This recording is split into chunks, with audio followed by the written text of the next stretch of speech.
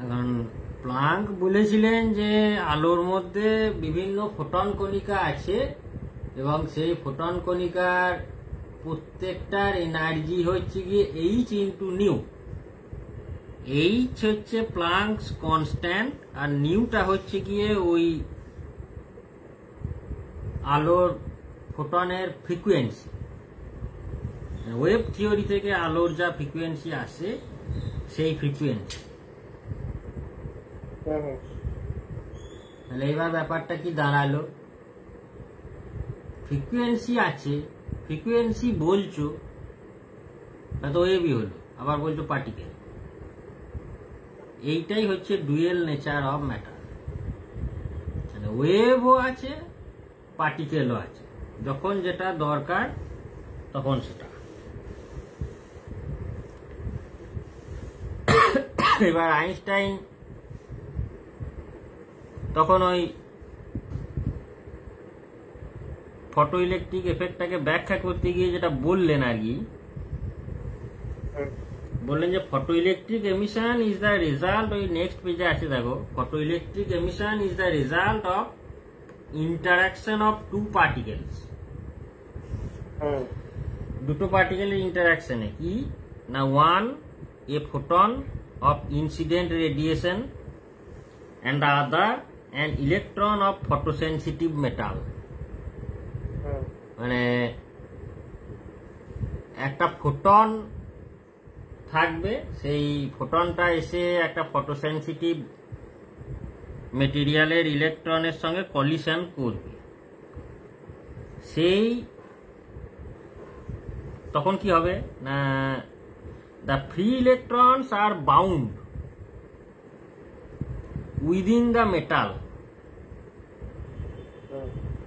due to restraining forces on the surface। মানে মেটালের মধ্যে ফ্রি ইলেকট্রন থাকে, কিন্তু তারা মেটাল সারফেস ছেড়ে একেবারে বাইরে হাওয়ায় মিলিয়ে যেতে কিন্তু পারবে না। এটার কারণ আছে, এটার কারণ হচ্ছে রিস্ট্রেইনিং ফোর্স বলছে না, ওই রিস্ট্রেইনিং ফোর্সের ব্যাপারটা আছে। এটা হচ্ছে ওয়ান ডাইমেনশনাল পোটেনশিয়াল ওয়েল যখন কোয়ান্টামে পড়বে, সেই জিনিসটা 12 নাই, অনার্সে আছে। ওয়ান ডাইমেনশনাল পোটেনশিয়াল ওয়েলের একটা পোটেনশিয়াল ব্যারিয়ার থাকে, সেই ব্যারিয়ারটাকে টপকে যথেষ্ট এনার্জি না থাকলে একটা পার্টিকেল কিন্তু একটা জায়গা থেকে বেরিয়ে যেতে পারবে না। এইটা হচ্ছে ব্যাপার, ওইটাই রিস্ট্রেনিং ফোর্স। তো ফ্রি ইলেকট্রনগুলো তার মধ্যে ঘোরাঘুরি করে। প্লাঙ্কও তাই বলেছিলেন, শডিঙ্গারও তাই বলেছিলেন যে একটা ওয়ান ডাইমেনশনাল পোটেনশিয়াল ওয়েলের মধ্যে থাকবে।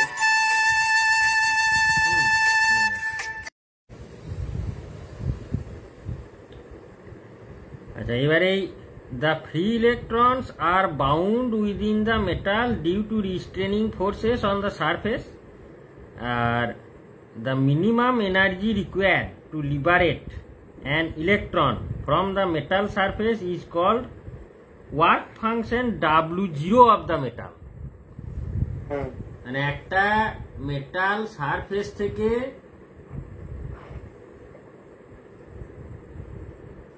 যদি একটা ইলেকট্রনকে বার করতে হয় তাহলে কিছু পরিমাণ এনার্জি তাকে দিতে হবে, এবং সেটা বার করা মানে ওই বার করাই যে মেটাল সারফেসের উপরে সে থেকে যাবে, ওই W0 পরিমাণ এনার্জি তাকে দিতে হবে, তাকে বলা হয় ওয়ার্ক ফাংশন। আর তার থেকে বেশি দিলে সে চলতে লাগবে, কাইনেটিক এনার্জি পাবে কিছু, এই আর কি। Each photon interacts with one electron. এইটা খেয়াল করবে যে একটা ফোটন একটা ইলেকট্রনের সঙ্গে ইন্টারঅ্যাক্ট করবে, তারপর সে মিলিয়ে যাবে বা ডিস্ট্রয় হয়ে যাবে ফোটনটা। এবার ওই এইচ নিউ পরিমাণ এনার্জি যেটা দেওয়া হলো, এটা দুটো পার্টে ইউজ হয়। একটা হচ্ছে ওই W0 পরিমাণ এনার্জিটাকে দিল, দিয়ে মেটাল সারফেস থেকে বার করলো। তারপরে যদি আরো কিছু পরিমাণ এনার্জি থাকে ওই ফোটনটার, তাহলে সেইটুকুও ইলেকট্রনকে দিল, দিয়ে তাকে কিছু কাইনেটিক এনার্জি দিল, মানে ভেলোসিটি দিল। সোজা কথায় ভেলোসিটি দেওয়াতে সে বেরিয়ে গেল। Very few photons whose energies are greater than W0 are capable of ejecting the photoelectrons, মানে ওই less than 1% ফোটন ওকে কাইনেটিক এনার্জি দিতে পারে। তাহলে ফোটনের যা এনার্জি হলো সেইটা হচ্ছে গিয়ে ওই ওয়ার্ক ফাংশন প্লাস ম্যাক্সিমাম কেই অফ ফটো ইলেকট্রন।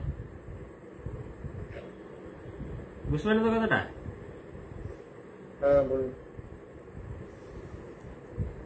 মানে ম্যাক্সিমাম কেই অফ ফটো ইলেকট্রন। এটা আবার ম্যাক্সিমাম মিনিমাম কি জন্য?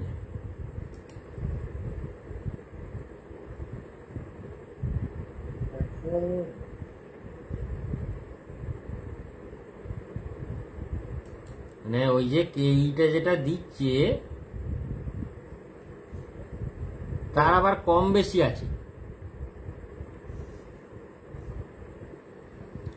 দাঁড়াও, তাহলে আমাকে করতে হবে, পেন ট্যাবটা লাগাতে হবে, হোয়াইট বোর্ডটা দিয়ে করতে হবে, তাছাড়া উপায় নাই।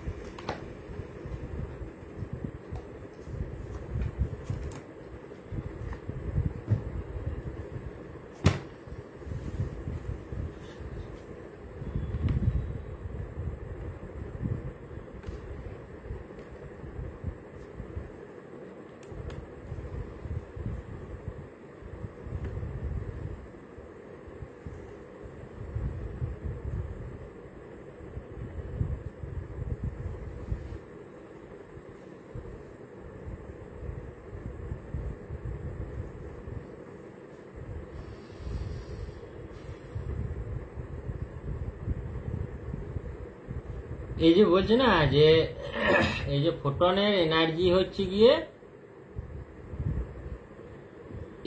H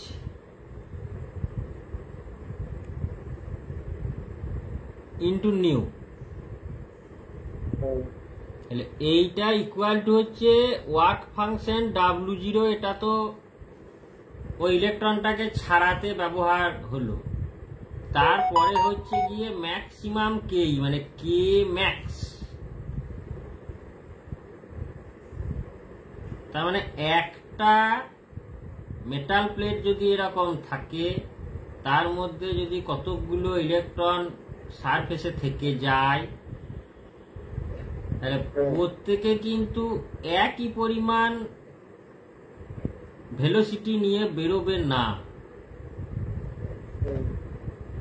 কারো কম কারো বেশি। এটা হতে পারে কারণ একটা নিউক্লিয়াস আছে, তার বাইরে অরবিটাল আছে। এইবার এই অরবিটালের মধ্যে লাস্ট অরবিটালের মধ্যে কটা ইলেকট্রন থাকবে সেটা কিন্তু সব জায়গায় সমান নয়। একটা অ্যাটম থেকে হয়তো এই ইলেকট্রনটা আর এই ইলেকট্রনটা দুটো বেরিয়ে ফ্রি ইলেকট্রন হয়েছে, আর একটা অ্যাটম থেকে একটা ফ্রি ইলেকট্রন হয়েছে, এমন হতে পারে। কথাটা বুঝলে? এইবার এই যে মেটাল সারফেস, এই মেটাল সারফেসটার মধ্যে উপরেই এই অ্যাটমগুলো আছে। এইবার এই অ্যাটমগুলোর কতটা ভেতর থেকে ইলেকট্রনটা বেরিয়ে চলে যাচ্ছে, দিয়ে ভেলোসিটি পাচ্ছে, সেটার উপরে কিন্তু অনেক কিছুই ডিপেন্ড করছে। কেউ হয়তো একটু একটু বেশি ভেতর থেকে আসছে, কেউ একটু কম ভেতর থেকে।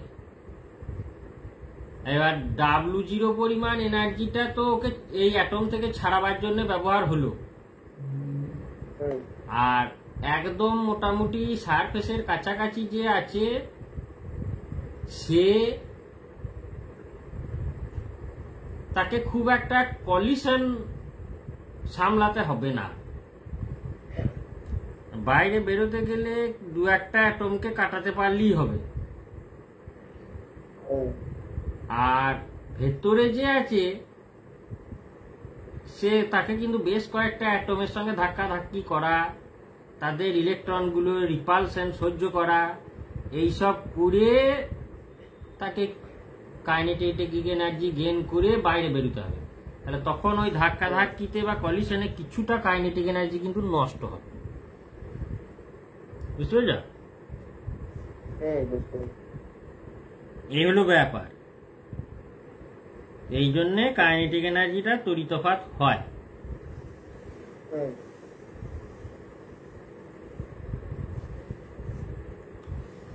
এইখানে এইটাকে আমরা লিখতে পারি W0 plus half M V max তার স্কোয়ার VM এর স্কোয়ার। ভেলোসিটিটাই তো ম্যাক্সিমাম মিনিমাম হবে।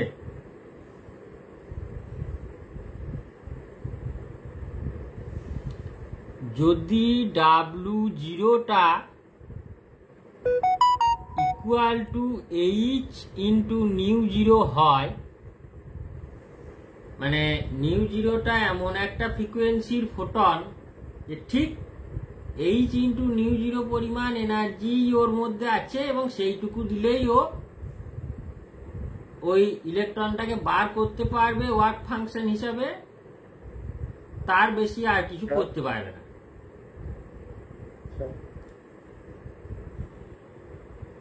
ওইটুকু পরিমাণ।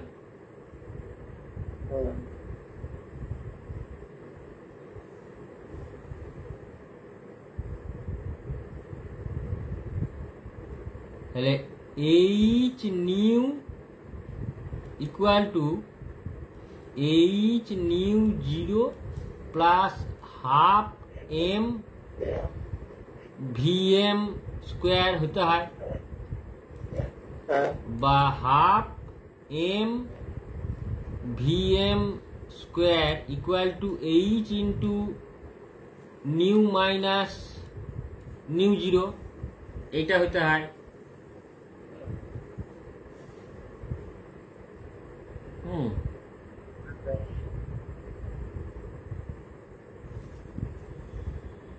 মানে এটা তোমার ওই 11.6 পেজের 6 নাম্বার ইকুয়েশন পর্যন্ত, না 2 নাম্বার ইকুয়েশন পর্যন্ত হয়ে গেল। 11.6 হ্যাঁ কি বুঝলে? ঠিক আছে, হ্যাঁ, এইবার তুমি নিজে একবার এই জায়গাটা পড়ো যে ওই 1 নাম্বারটা explanation of effect of intensity আর এক্সপ্লানেশন অফ থ্রেশহোল্ড ফ্রিকোয়েন্সি, এই দুটোকে নিজে একবার পড়ো। দেখো এইটার থেকেই এক্সপ্লানেশন হবে, এই ইকুয়েশনটা থেকেই। হ্যাঁ, আমি একবার 1 মিনিট আসছি, একবার পড়ো।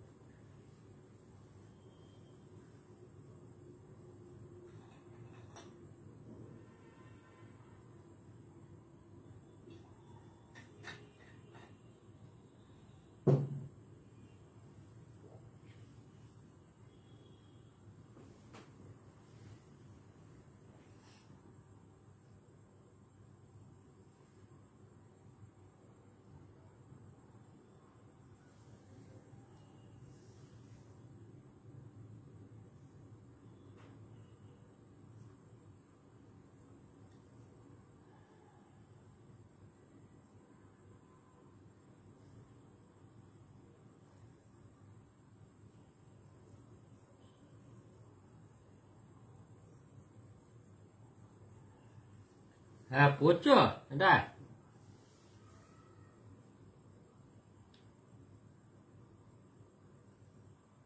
স্যার পড়ছি। কোন জায়গাটা পড়ছো? Threshold frequency. আচ্ছা।